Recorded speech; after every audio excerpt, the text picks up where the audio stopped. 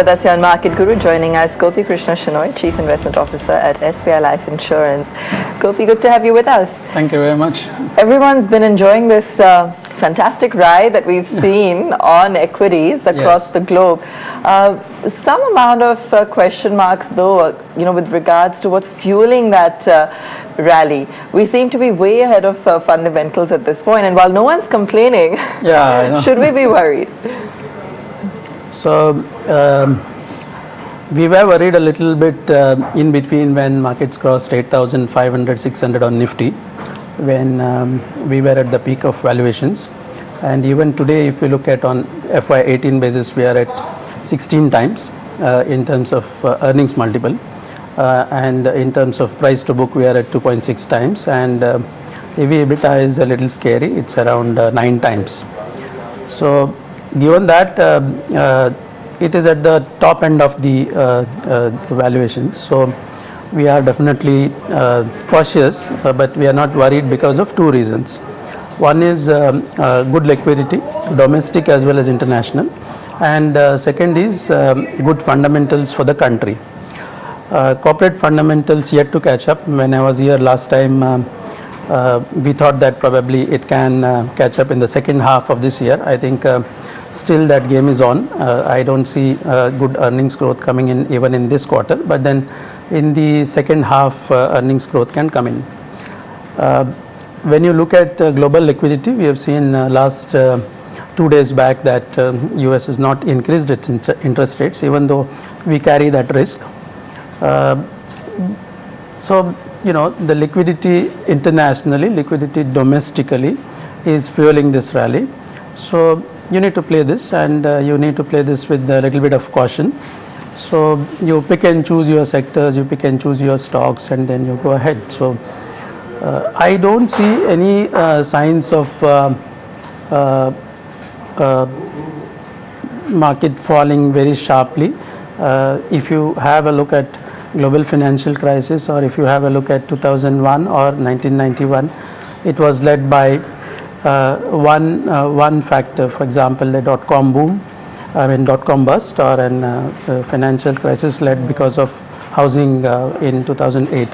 So we don't see any of such signs as of today. The central banks are behind most of the economies. They are not letting them collapse.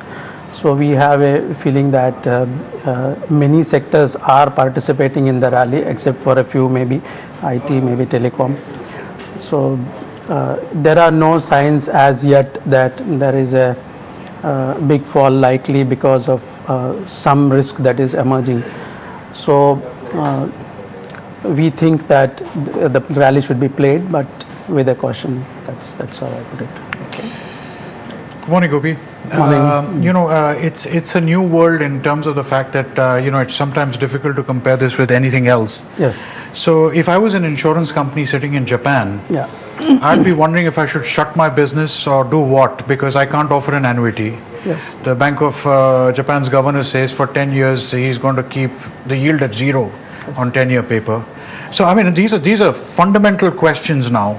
I don't know how to offer term life or whole life because there's nothing I can generate, because the bond is going to give me zero. I know we haven't come to this stage, but I'll come to India in just a moment.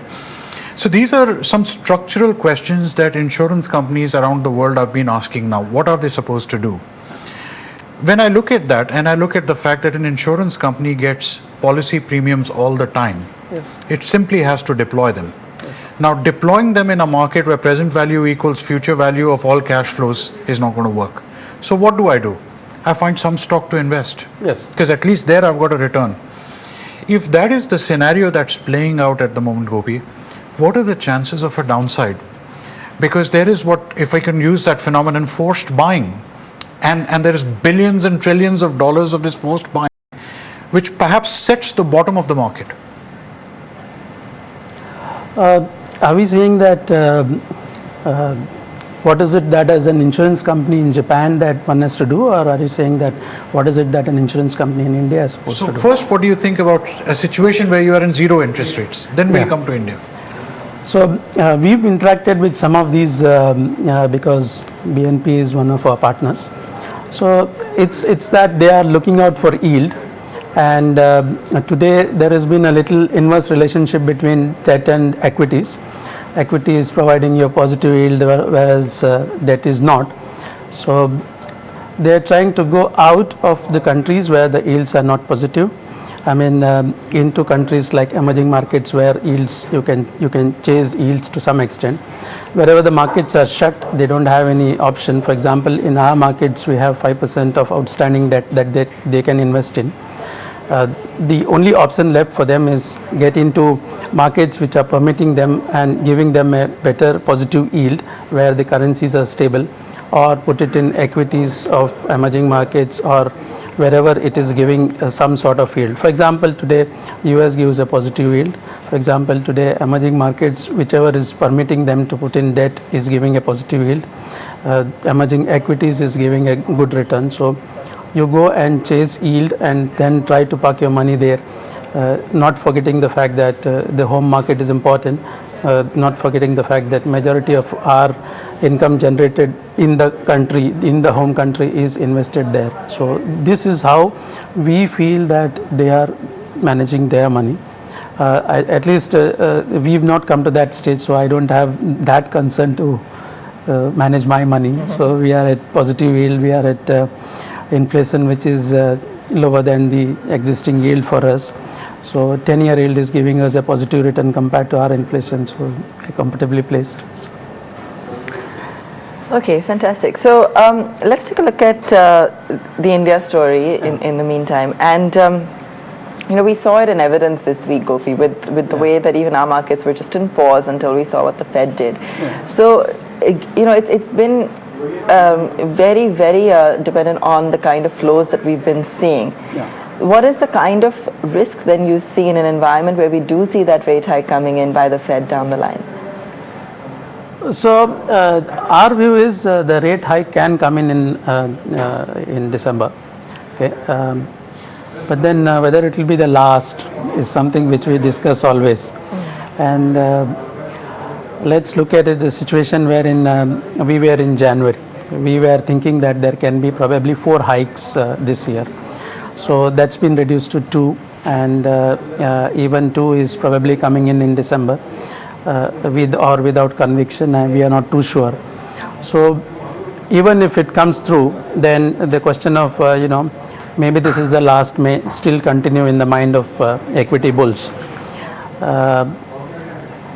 If you look at the other hand, we have UK, we have Eurozone, we have Japan, which is still in the easing mode. So if there is a Fed hike and if there is constraint in terms of liquidity coming from US, there's large other economies still pumping in liquidity, which is going to balance.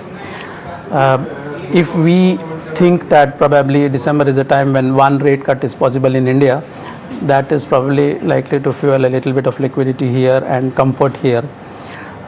We are not falling behind in terms of domestic liquidity, because we saw that mutual funds were averaging $1 billion a month last year, and even this year, most of the months starting from April, they have been pumping in large amounts of money. So I think since last year we have seen a large surge in domestic savings coming into equities, maybe because of lack of choice, maybe they are not making money in real estate, gold. Whatever may be the reason, I think domestic liquidity is good enough today to provide an good support for a falling market, is our guess, and that if international liquidity dries out, I'm sure there is enough domestic liquidity to support. So Gopi, I'll come back on the same question with the Indian market. So even here our yields are starting to come down. Yes. And if the Reserve Bank just opens up for foreign investors, we should see another 100 basis points drop in yields. Right. Foreigners are very interested in buying this paper. Right. In that scenario, of course, your job becomes more difficult because you still have to generate enough to pay people for 30 years. Mutual funds don't have to worry about that. They can just redeem and get out. Yes. What investment themes are you concentrating on when you start looking at things from this 10-20 year perspective? Actually, if you look at the changes that Reserve Bank has made in terms of foreign investment in debt, I think 5% of outstanding SDLs and GSECs is something which they have made very recently. So first of all, I don't feel that this change will come in at any point of time, and they may not probably open up so fast the debt markets for foreigners. That is the first take on it. The second one is we have these annuity products which you are referring to. And in annuity products, the returns are declared on a periodic basis. So as and how the interest rates go down, we try to assess how is it that we can guarantee the annuity rates. So as interest rates go down, we reduce the annuity rate, and we try to protect his interest. But it is not that he loses on the return as soon as interest rates are going down. We must also be cognizant of the fact that the inflation goes down. That is why the interest rates go down, and he will be able to survive on the basis of declining interest rates despite his returns going down. So it goes hand in hand. For example, we were in a situation wherein interest rates were at 12%, and today we are at 7%, and Reserve Bank wants to anchor it to and bring it down further.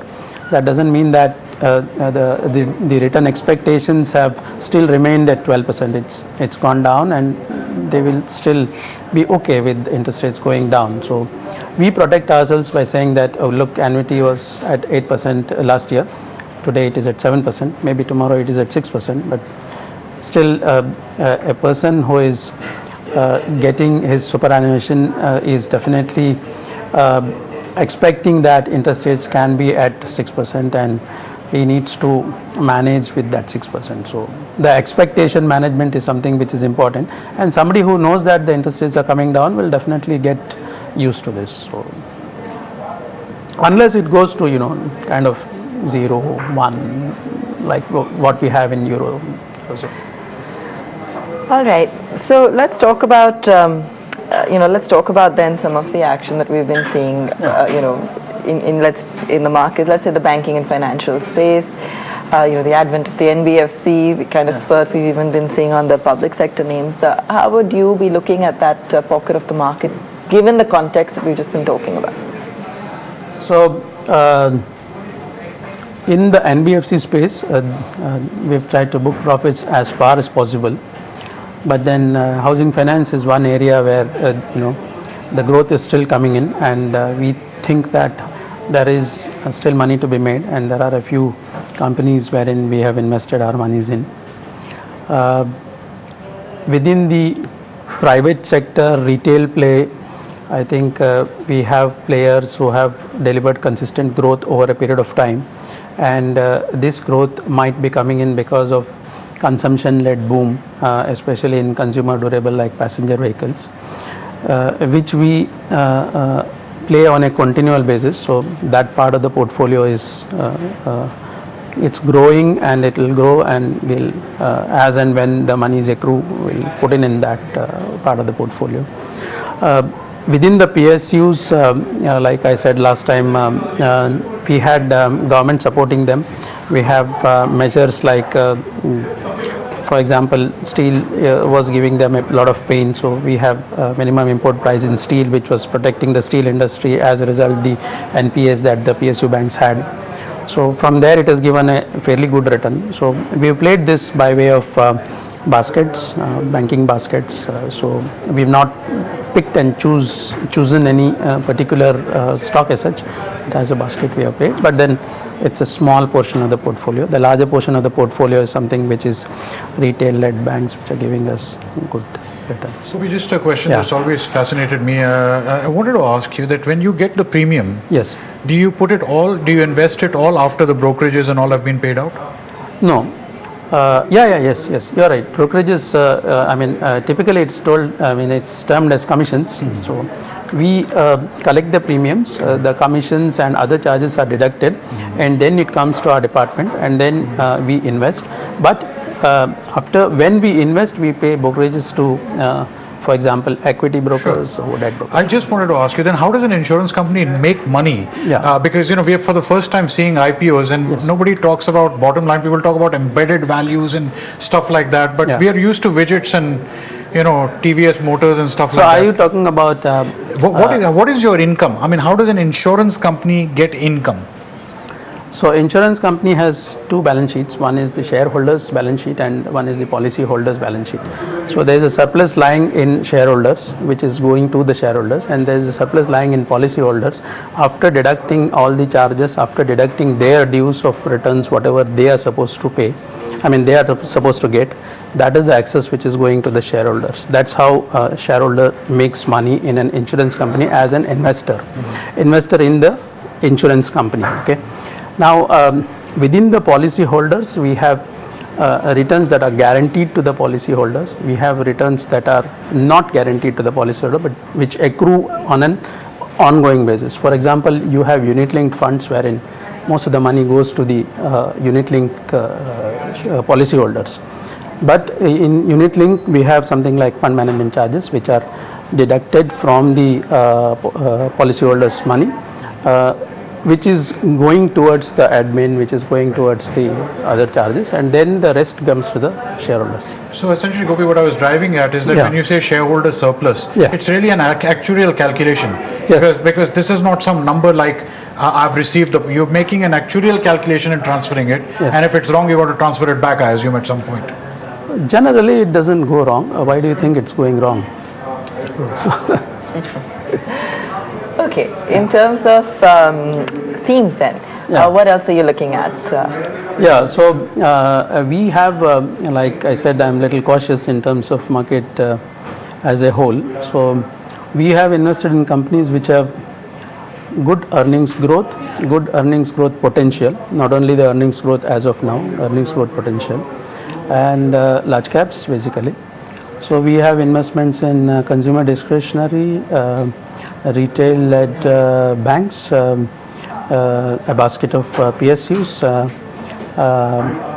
We have some very select PSU refining companies, oil refining and marketing companies.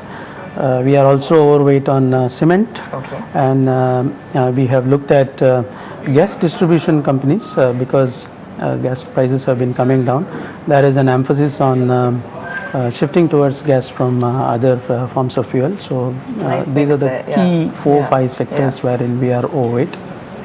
Okay, and where do you see the index, Gopi, by the year end or even before? I mean, do you see a pre-Diwali kind of rally happening, or given that, I mean, is it as, can we with certainty predict that we will be, let's say, by X amount on the index in another 6 months? Do we have that certainty at this point? I don't have the certainty before Diwali, it's definitely. I think it's very difficult to predict because we have a view that maybe central banks hiking interest rates in US may be offset by interest rate cut in India. So honestly difficult to predict unless I see this quarter's results and comment by the management. I don't have a view on index, honestly. Gopi, the stock market itself is undergoing some major structural changes. So we're seeing what's happening in telecom, and some of these are very high valuation companies. We're seeing what's happening in technology. Irrespective of whether individual investors accept it, in the institutional community, there is a view about where technology is finally settling. And third, actually, there are changes happening in banks, but because banks are such a large part of portfolios, it's not talked about. I mean, in 20 years, you just had 5 banks. Now, no matter what anybody says, that's an oligopoly situation. And that's gone. We are not in an oligopoly situation. You yourself mentioned about the fact that people take housing finance maybe from an NBFC, not necessarily banks. How is this structural change going to impact the valuations of these 3 sectors? And I'm asking you this because you're not, you don't have to depend on redemptions day in and day out, leaving the ULIPs. So you have to take a view which is more structural rather than what's happening in the next 6 months. So we have 2 types of portfolios, Ashu. One is the unit-linked portfolios, and one is the traditional portfolios. Typically, it's called as life and pension and gratuity. Okay. So in unit-linked portfolios, we are driven by something like an index return, something like a peer comparison. So in these portfolios, we generally try and ride the kind of wave that is coming in the market. So as of today, if you look at, you avoid the telecoms, or you keep underweight on the ITs. So these are typically portfolios wherein you churn fast and then try to chase the returns and give the returns better than the index. And we have another side, the life portfolio, pension and gratuity portfolio, in which a small part of equity goes, maybe 5%. So in this portfolio, there will be an ideal mix between these two. So I don't think telecom is going to die. I don't think IT is going to die. I mean, they are managements which are professional, which are governed by good corporate governance. They are products which we can't substitute with anything else. So we have a view that today they may be not fancied by the market, but then they will at some point of time come back. So we have kept a fair share of these industry exposures in our traditional portfolio, but wherein we are driven by more of index beating, we keep little lesser kind of exposure in these sectors. But just to answer your question, there may be consolidation in PSU banking industry, but then this is an industry which is not going to die. I mean, banking is going to be there, telecom is going to be there, IT is going to be there. It's only a matter of time that today the chips are down. So we think that probably we don't know what's going to happen, whether this industry will not be there at all. We have seen that so many times in the history. We have seen the dot-com burst, but then finally it has come back. So I don't think there is a substitute to any of these three industries. I feel that they will definitely come back. It is only a matter of time. So we will keep a fair share of investment in these sectors wherein there is patience as far as investors are concerned to hold on and then reap the benefits. But then where there is a high return expectation led by index, led by peers, then we go. Gopi, also in the insurance space itself, do you see a lot more competition going forward? How are you gearing up for that? Yeah. I mean, competition is always good. Competition is always better. But if we look at last 5 years, we've seen that there has been competition, and we've seen the large, maybe 3 players trying to stand apart. Now that there were 4, now that HDFC Max is merged, we have 3 now. Yeah. So it is there, and it is likely to be there. But if we look at the performance of the top 3, I feel that a little bit the others are slightly getting behind. So yeah, but anyone can strike back. I'm not saying no, I'm keeping my fingers crossed, but then it's to the good things that you are supposed to do. So fantastic. Gopi, thanks so much for joining us. Great to have you with us in our studios. That's we'll have to leave it on this edition. Thanks so much for watching.